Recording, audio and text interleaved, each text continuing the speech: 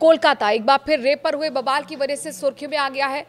इससे पहले medical student के साथ जब रेप हुआ था तो पूरे देश को झकझोर कर रख दिया था कोलकाता ने, और एक बार फिर यहां पर एक लॉ स्टूडेंट के साथ रेप हुआ। वो चीखती रही, चिल्लाती रही, दर्द से कराहती रही, लेकिन रेपिस्ट नहीं माना। आखिरकार इस मामले में क्यों सियासत गरमाई हुई है? कोलकाता क्यों एक बार फिर सवालों के घेरे में आ गया है? मेडिकल रिपोर्ट में क्या कुछ हुआ है, आपको बताएंगे। हर एक तस्वीर, हर एक अपडेट, रहिए मेरे साथ। नमस्कार, मैं हूं आपके साथ मनुराज सक्सेना। 25 जून को कोलकाता के एक लॉ कॉलेज में कथित तौर पर बलात्कार की शिकार हुई 24 साल की लॉ छात्रा की मेडिकल जांच में शारीरिक हमले के कई निशानों की पुष्टि हो चुकी है।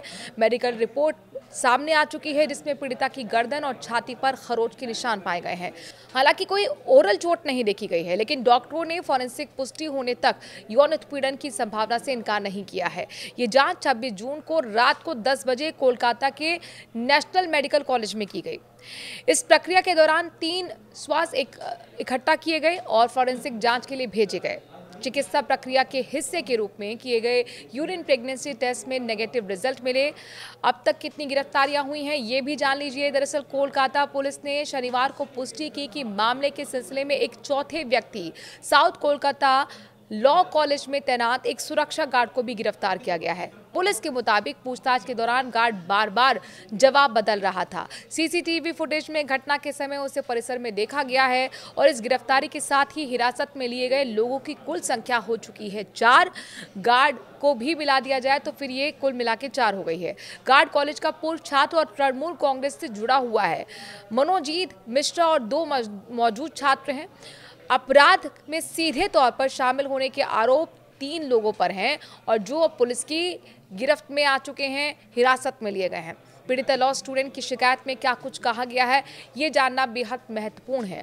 दरअसल पुलिस को दिए गए अपने बयान में पीड़िता ने कहा कि सत्तारूढ़ पार्टी की छात्र शाखा तृणमूल छात्र परिषद यानी कि TMCP की बैठक में तुरंत बाद उसे निशाना बनाया गया।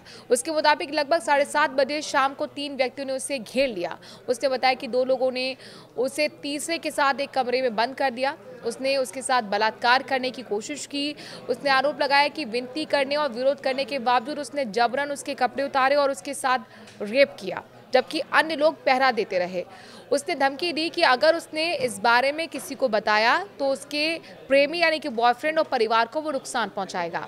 पीड़िता ने पुलिस को ये भी बताया कि वो कहती रही, मैं ये नहीं कर सकती, मेरा एक बॉयफ्रेंड है, मैं उससे प्यार करती हूँ, लेकिन वो मेरी बात नहीं सुन रहा था। मैंने उसके पैर तक छुए, उससे विनती की कि वो मुझे जाने दे। पीड़िता ने यह भी बताया है कि इस घटना के दौरान उसे घबराहट के वजह से दौरे पड़ रहे थे, जिसके बाद आरोपियों ने उसके लिए एक इन्हेलर लेकर आए। उसने इन्हेलर का इस्तेमाल किया और भागने की कोशिश की, लेकिन फिर से पकड़ी गई और उसे गार्ड के कमरे में ले जाया गया, जहां पर कथित तौर पर बलात्कार जारी रहा। उसकी शिकायत के मुताबिक मारपीट के दौरान उसके सिर पर हॉकी स्टिक से वार भी किया गया।